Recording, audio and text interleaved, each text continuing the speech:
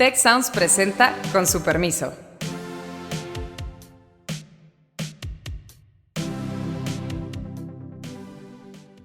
Con su permiso, hemos visto ataques del presidente a personas, principalmente, y creo que eso se ha aumentado poco a poco, con este tema de exponer datos personales. Estamos claramente frente a un caso extremo de violación de los datos personales. ¿Qué nos puede garantizar que esto no va a volver a pasar? Nos hemos ido acostumbrando a dimensiones de acoso que yo nunca había visto en México. Todas estas elecciones son muy importantes. Los mexicanos, las mexicanas hemos demostrado que con nuestro voto podemos cambiar cosas. ¿Cómo están todas y todos? Mi nombre es Azucena Rojas y hoy estamos aquí en el podcast Con su permiso con Carlos Elizondo. El día de hoy Beata Boina no nos acompaña, pero no quisimos dejar de comentar los temas de la semana y principalmente, pues ya que estamos en época electoral, ya a menos de un mes de que terminen las campañas y tengamos la votación el 2 de junio, pues entonces, pues yo quisiera iniciar esta conversación contigo, Carlos, para ver cómo ves esta situación. Y lo que me parece que sí se observa una escalada en este tipo de ataques con tan poquito tiempo hacia la elección. ¿Cómo Mira, sin ves? duda la elección, ¿qué tal? Azucena, la elección está azuzando todas las tendencias de este gobierno, en particular el presidente López Obrador. Están en plena campaña electoral. Y la ley, pues como lo dijo hace ya varios años, al arranque de su sexenio, no me venga con este cuento que la ley es la ley. Mientras estuvo en la oposición, fue muy crítico de la opacidad, fue muy crítico de la intervención en su momento del presidente Fox en la contienda electoral, fue muy crítico de los resultados de los textos de Anabel Hernández que criticaba la corrupción en Pemex, y ahora todo se ha revertido cuando está en la oposición. Lo mismo, cuando está en el gobierno, perdón. Lo mismo sucedió en particular con el caso de Mexicanos contra la Corrupción.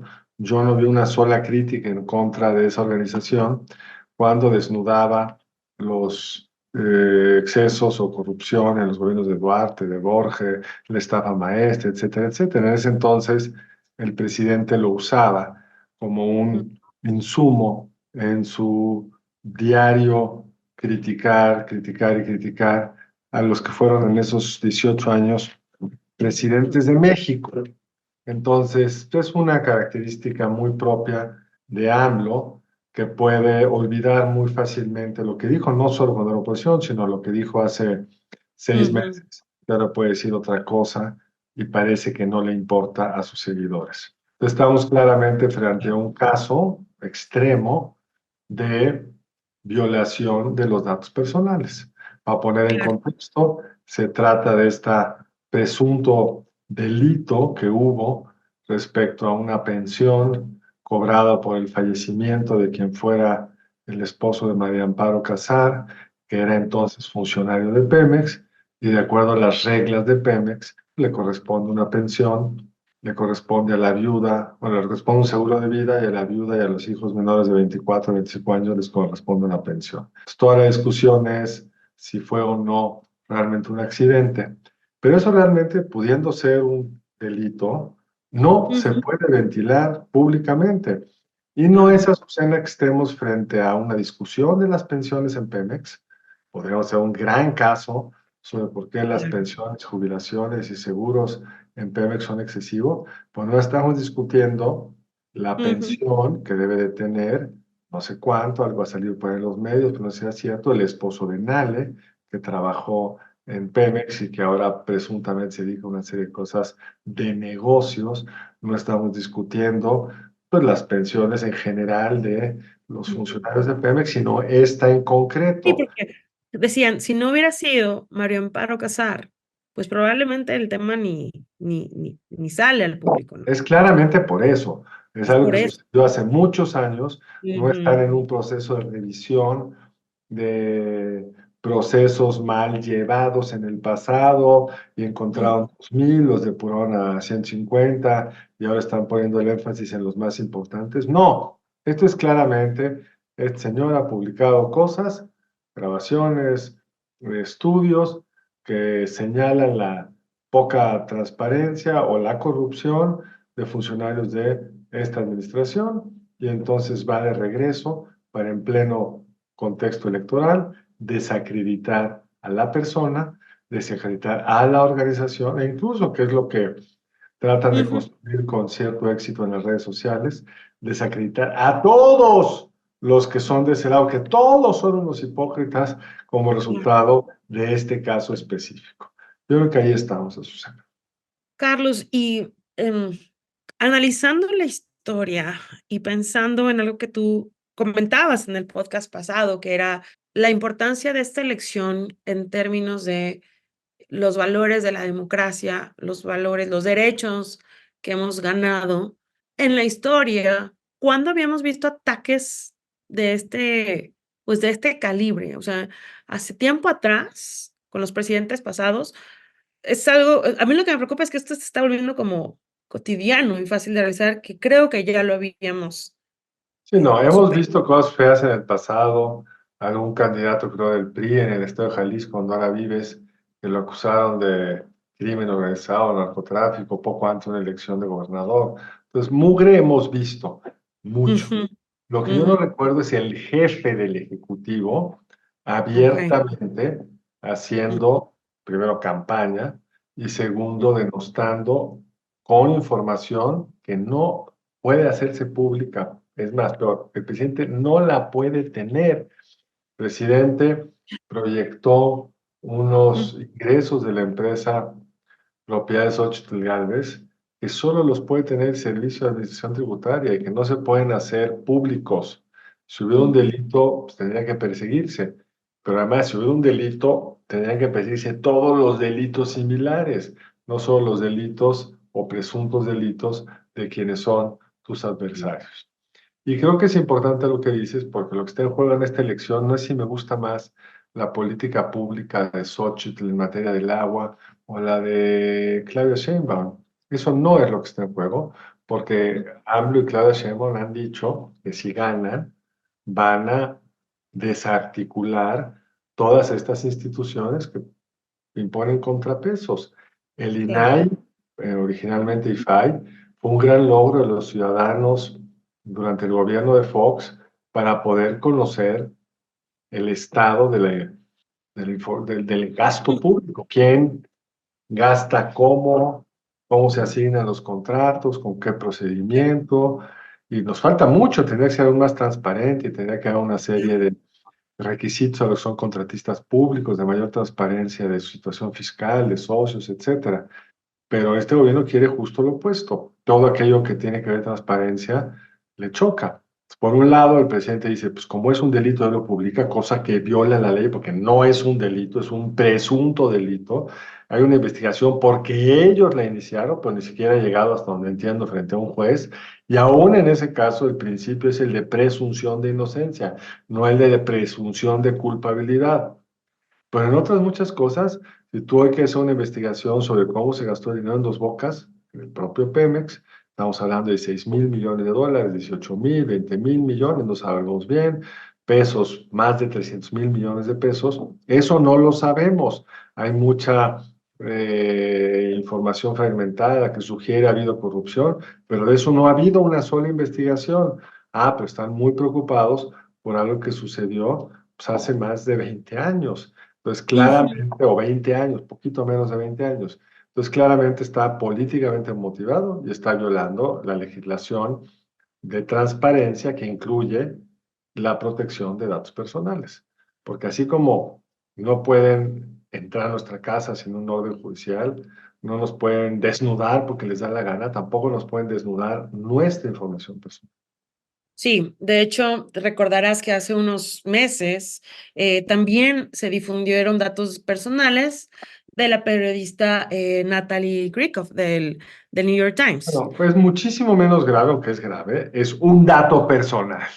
Se Ujú, publicó el ujú. número de teléfono, lo cual está mal, no lo Sí, hace otro ejecutivo, no conozco un solo presidente del mundo que lo haya hecho, y la prensa contra lo que dice AMLO es crítica con todos los presidentes del mundo, ese es su ujú, trabajo, entonces uno incluso en las mañanas después dice, hijo, estos periodistas no están siendo críticos, están siendo paleros, pero si uno ve una sí, conferencia de prensa en Estados Unidos, en Francia, en cualquier lugar, pues ese es el trabajo de un periodista. Sí, nunca veríamos que publican el teléfono de un periodista. Siendo grave, se ujú, resuelve cambiando el teléfono. Lo que vimos la semana pasada es de otra magnitud. sí, Entonces, sí. siendo parte del mismo problema, es un problema de otra magnitud porque esta información ya es ya es conocida para todos, le ha generado un daño personal a la profesora María Amparo Casar y a sus hijos, y No, aunque no. mañana un juez determinara que esta información no debió haberse publicado, ya se Ya se publicó, publicó. ya Ujú, ya, generó ya vimos. ese daño.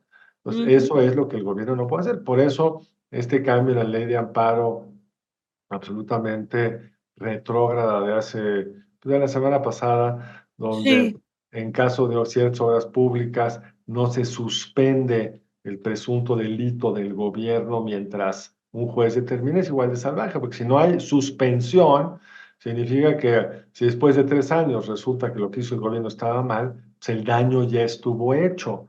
Pues por eso estas Ujú, cosas en los gobiernos democráticos, en los gobiernos donde hay Estado de Derecho, son muy cuidadosos. Tú pregúntale a cualquier claro. amigo tuyo de América Latina, de izquierda, crítico de Calderón y de Fox, admirador de AMLO, cuéntale lo que hizo y vas a ver cómo lo interpretan como una violación muy profunda que no vemos ni en la Argentina de Kirchner, ni mucho menos en el Brasil de Lula. Nos hemos Ujú. ido acostumbrando a dimensiones de acoso que yo nunca había visto en México. Y fíjate que algo que he estado pensando es qué va a pasar, porque pues el presidente del INAI, Adrián Alcalá, dijo que van a tener, que iniciaron una investigación de oficio por la divulgación de todos estos datos personales. Nos protege la Ley Federal de Transparencia, em, pero ¿qué? Si va a pasar algo, o sea, a mí lo que realmente, y con esto que mencionas del amparo, que todavía es más grave, y con la desacreditación a todas estas instancias de contrapeso, ¿qué nos puede garantizar que esto no va a volver a pasar? Que se va a resolver, Nada, que mira, se va a hacer el daño. es igualito que Azucena. O sea, la ley, el Estado de Derecho requiere ciudadanos y sobre todo autoridades que tengan internalizados ciertos principios morales de qué Ujú, se puede ser y qué no se puede hacer. Claro que siempre los gobiernos estiran la cuerda. Fox, aquella ujú, frase, no cambiaré, no hay que cambiar caballo a la mitad del río, pues es una intervención en el proceso electoral con un contexto legal donde no había el marco constitucional que lo prohíbe expresamente, pero aún estuvo mal porque el papel del Ejecutivo es del jefe de Estado, no de jefe de gobierno y mucho menos jefe de partido.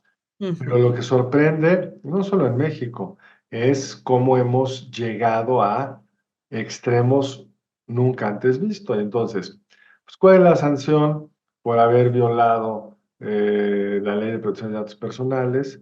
No conozco la legislación, pero es un procedimiento que toma tiempo. De aquí que Sí, esto ya se haya resuelto, pues a lo mejor el presidente ya no es presidente. La sanción pues, puede ser una multa o puede ni siquiera avanzar porque tiene que hacerse si hubiera un delito penal, pues se tiene que ser a través de autoridades que están muy en la órbita del presidente de la República, pues difícilmente van a proceder. Como cuando la ujú, candidata Sheinbaum, ante las acusaciones de Xóchitl de presunta corrupción de los hijos de AMLO, que si los va a investigar, le dice, presenta la denuncia.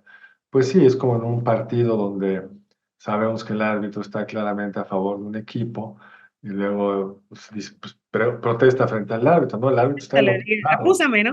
Como Entonces, acúsame. y eso es la promesa de la candidata Sheinbaum para el siguiente sexenio. El INAI ya no va a ser un problema porque lo quieren desaparecer. Sí, Entonces, sí, sí. la información va a ser opaca y divulgar datos personales va a ser aún más impune. El INE está debilitado, pero todavía impone ciertas restricciones, todavía organiza la elección con ciertas competencias y neutralidad. Lo quieren desaparecer para que ya no exista.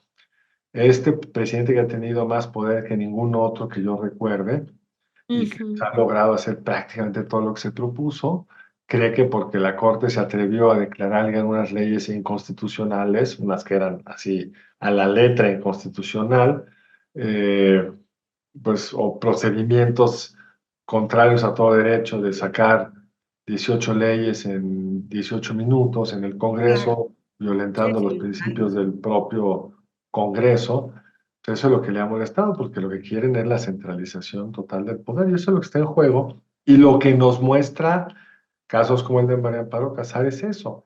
Y te puede caer bien o mal María Amparo, puedes estar en contra o a favor de ese hecho concreto, puedes creer que hubo o no hubo un delito, pero cuando aceptamos esto, sí, al rato te va a tocar a ti, a una prima tuya, a tu claro, mejor amiga, por sí, una sí. cosa igual o peor de arbitraria.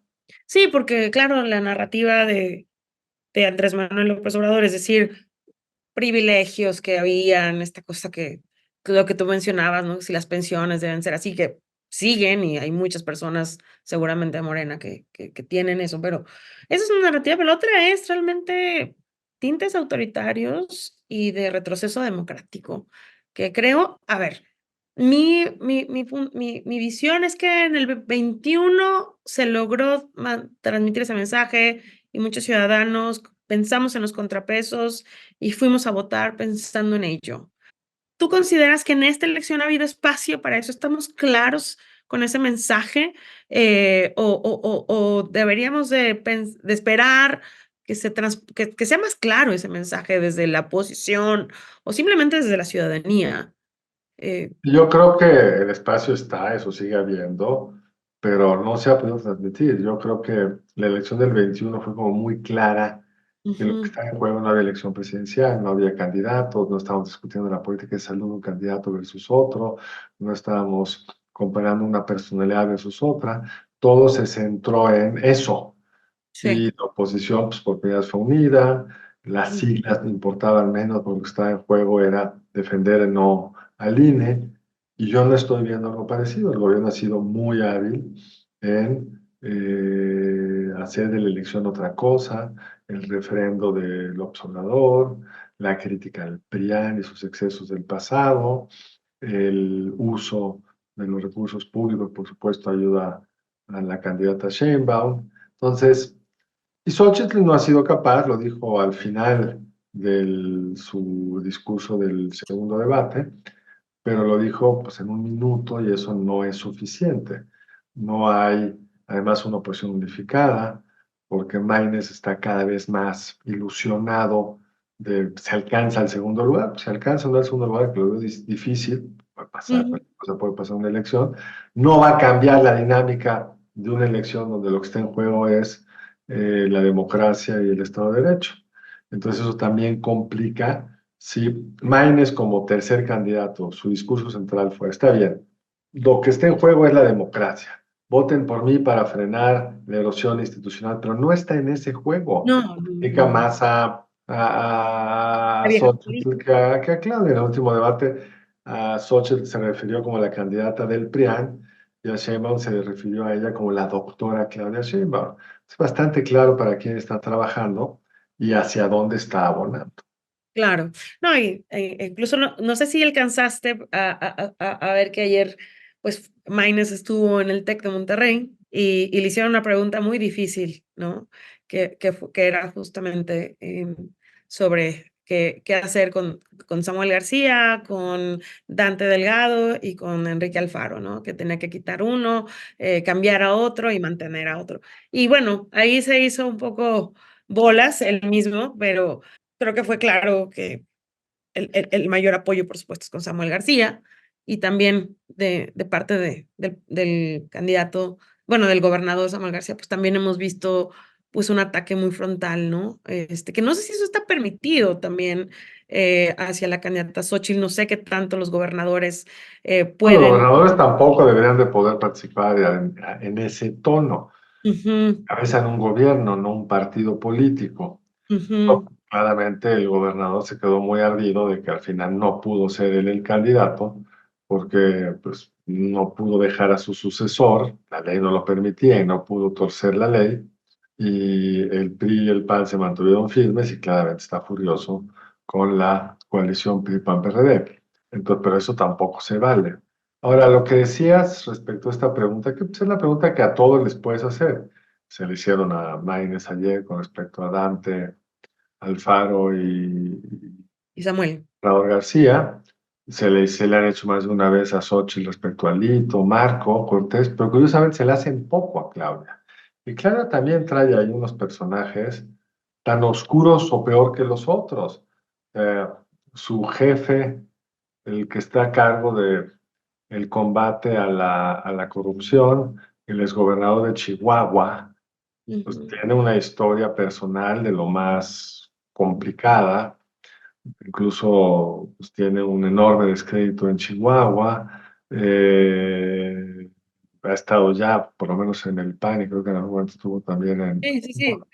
Sí, son la volatilidad de la clase política y la Adentro de Morena. desmemoria que se tiene cuando aterriza en tu partido es terrorífico. Quizá el caso más evidente es pues, el que fuera el gran articulador de la caída del sistema, Sí, claro, de. Manuel Bartlett, en la elección de julio del 88, pues es, sin que nadie se inmute, hoy el director general de la Comisión Federal de Electricidad. Se queda sin inmute en la coalición gobernante.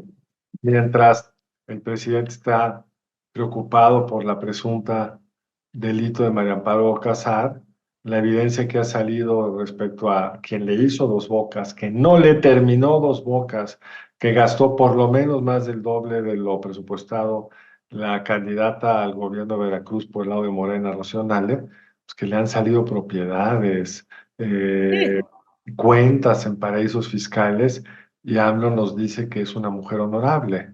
Entonces, tristemente, y eso es quizá lo que está en el fondo del problema, la polarización es eso: o estás en mi tribu o estás en la otra. Si estás en mi tribu, todo se perdona, y si estás en la otra, de entrada que estés en la otra, eres sospechoso. Pero si Ujú. además te puedo sacar algo, te lo voy a sacar aunque fuera de contexto, aunque no lo sacaría si fueras de mi tribu. Entonces rompemos con el principio del Estado de Derecho, que es que debe haber un trato igual a personas en la misma circunstancia.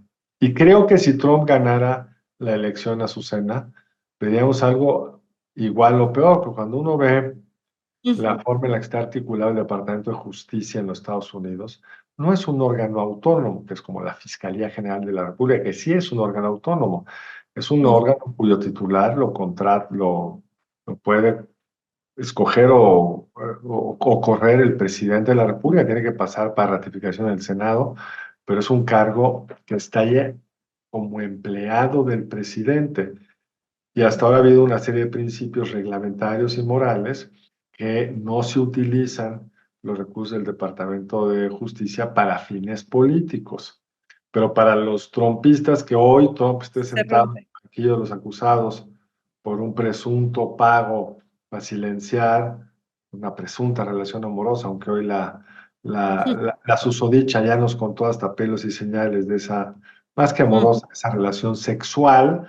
Entonces, Ujú. se sigue haciendo lo correcto llamarle presunta, pero bueno, en fin, esa relación sexual, pues para los republicanos más cercanos a Trump es un uso político del Departamento de Justicia. Entonces, Trump ha dicho: cuando yo llegue a la presidencia, voy a quitar todos estos obstáculos reglamentarios y morales y voy a poner a alguien ahí que se va a dedicar a perseguir a mis adversarios, y yo me voy a dedicar a perdonar, porque esta ley de amnistía recientemente aprobada en México, el presidente de Estados Unidos la tiene incluso con facultades constitucionales para perdonar a quienes me han apoyado aunque haya violado la ley.